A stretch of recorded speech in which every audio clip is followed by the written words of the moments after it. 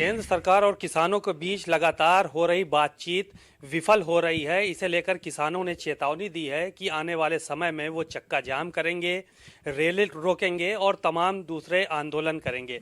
बात करेंगे केशव प्रसाद मौर्य जी से। सर, लगातार बात हुई केंद्र सरकार के मंत्रियों से, लेकिन बात बनी नहीं और अब आंदोलन का रास्ता जो है वो किसानों ने कहा है कि हम चुनेंगे। देखिए, किसान भाइयों से मैं यह अपील करता हूं कि भारत सरकार के दो वरिष्ठ मंत्री माननीय पीयूष गोयल जी, माननीय नरेंद्र तोमर जी, कल सरकार का पक्ष एक बार फिर से जब किसानों को प्रस्ताव देने के बाद उन्होंने कहा हम आंदोलन का रास्ता अपनाएंगे, तो आग्रह किया गया है कि देखिए, कृषि का जो हित ध्यान में रखते हुए, किसानों का हित ध्यान में रखते हुए जो कानून बनाया गया है वो पूरे देश के किसानों को ध्यान में रख करके बनाया गया है। और उन्हें जो आंदोलन का रास्ता उन्होंने अपनाया है कि सारे बिल कानून वापस लिए जाएं, तो मुझे लगता है ये जिद ना करके उनको सरकार से बातचीत करनी चाहिए।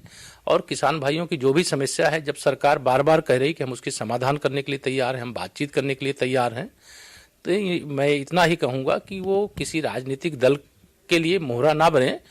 राजनीतिक दल किसानों के हितैषी नहीं है, जो भाजपा के विरोधी हैं, जो मोदी जी के विरोधी हैं, वह सदैव किसानों का हित किए हैं।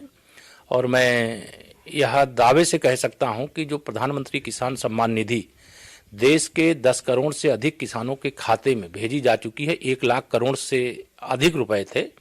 अगर यह कांग्रेस और उनके समर्थित दलों की सरकार होती तो 1 लाख करोड़ में से केवल 30,000 करोड़ शायद जाता, 15,000 करोड़ जाता, 15% ही उनके सरकार के समय जाता था, बाकी कहाँ चला जाता कुछ पता ना चलता। ईमानदारी से किसानों के उत्थान के लिए, किसानों के विकास के लिए, कृषि की उपज की कीमत दिलाने के लिए और सरकार का जो प्रयास है उसे गंभीरता से हमारे किसान भाई समझें, किसान संगठन के नेतागण समझें और बातचीत करके जो शिकायत है उसको दूर करेंगे। लेकिन अगर राजनीतिक दल जैसा चाहते हैं वैसा हमारे माननीय सब जो किसान संगठनों के नेतागण हैं वो करेंगे, तो मुझे लगता है वो उचित नहीं। सर, एक सवाल और था कि चाहे अखिलेश यादव हों या फिर राहुल गांधी, ये लोग लगातार कह रहे हैं कि अडानी अंबानी जैसे औद्योगिक घरानों को लाभ पहुंचाने के लिए ये कानून लाया गया है और बिहार में किसान जिस तरह का है वैसे ही पूरे देश के किसानों को भाजपा बनाना चाहती है। देखिए, उनको शायद किसानों के बारे में मालूम नहीं है। पंजाब के किसान और बिहार और उत्तर प्रदेश के किसान या देश के किसान हर जगह इतने अधिक भूमि जिनके पास अधिक होती है उतने बड़े बड़े किसान नहीं है। हम सब जिस किसान परिवार से हैं, हम लोगों के पास 1 एकड़ भी भूमि नहीं थी। तो अगर जिसके पास 100 एकड़ है, जिसके पास 1 एकड़ है, 2 एकड़ है, उसके बीच का अंतर श्री राहुल गांधी जी को नहीं समझ में आएगा, क्योंकि वो किसान के बारे में न कुछ जानते हैं और न किसान की समस्या को समझते हैं। वो तो केवल एक माननीय मोदी जी के बैरी के रूप में, भाजपा के बैरी के रूप में एक देश के अंदर अनाप शनाप की बातें किसी भी मुद्दे पर करते हैं, जिससे देश गंभीरता से न सुनता है न उनकी बात को गंभीरता से लेता है। देश का अधिकतम किसान जो किसानों के हित में कानून लाया गया है उसके समर्थन में है। और जो किसान भाई अभी आंदोलनरत हैं उनको मैं विनती करता हूं कि वह अपना आंदोलन वापस लेकर के सरकार से बातचीत करें। हम किसानों के हित के लिए कानून लाए हैं, ना कि किसानों को दुखी करने के लिए, ना किसानों का शोषण करने के लिए। और जहां तक ये बार बार अडानी अंबानी की बात करते रहते हैं, या कांग्रेस की जब सरकार थी तब ये नहीं थे, तब ये काम नहीं करते थे। भारतीय जनता पार्टी किसी भी देश के उद्योगपति को या कौड़ीपति गरीब को, गरीब और बड़ों के अमीर के बीच में कोई अंतर नहीं समझती है। सबका साथ सबका विकास हमारी सरकार का संकल्प है।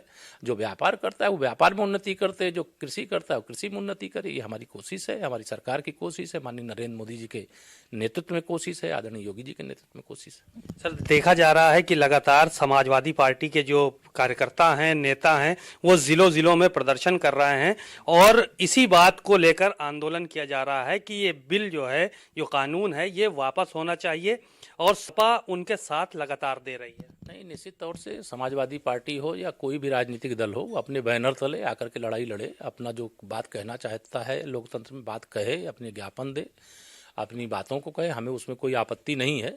लेकिन जन्मजात किसानों के विरोधी और किसानों के हित की बात करते हैं, एक भी किसान उनके साथ नहीं होता है। वो समाजवादी पार्टी के जो छटे छटाए जो समाज को डराने धमकाने भयभीत करने वाले रहे वही सब कुछ दिखाई देते हैं, बाकी कोई किसान उनके साथ दिखाई नहीं देता। सर एक आखिरी सवाल था, आज लखनऊ में कई जगहों पर बंदी है। आईएमए के जो अनुबंधित डॉक्टर्स हैं, नर्सिंग होम है, वो सारे के सारे नाराज़ हैं और उन्होंने ये कहा है कि आज हम बंद कर रहे हैं, जो इमरजेंसी सेवाएं हैं खाली वो चालू रहेंगी, बाकी सब कुछ बंद करके रखा है क्योंकि आयुष डॉक्टरों को ऑपरेशन वगैरह की अनुमति दे दी गई है। देखिए, ये विषय यद्यपि प्रदेश सरकार से संबंधित नहीं है, लेकिन डॉक्टर जो है धरती पे भगवान के बाद दूसरा रूप मानते हैं लोग, और उनके ऊपर लोगों की बीमारी के इलाज का उत्तरदायित्व तो है।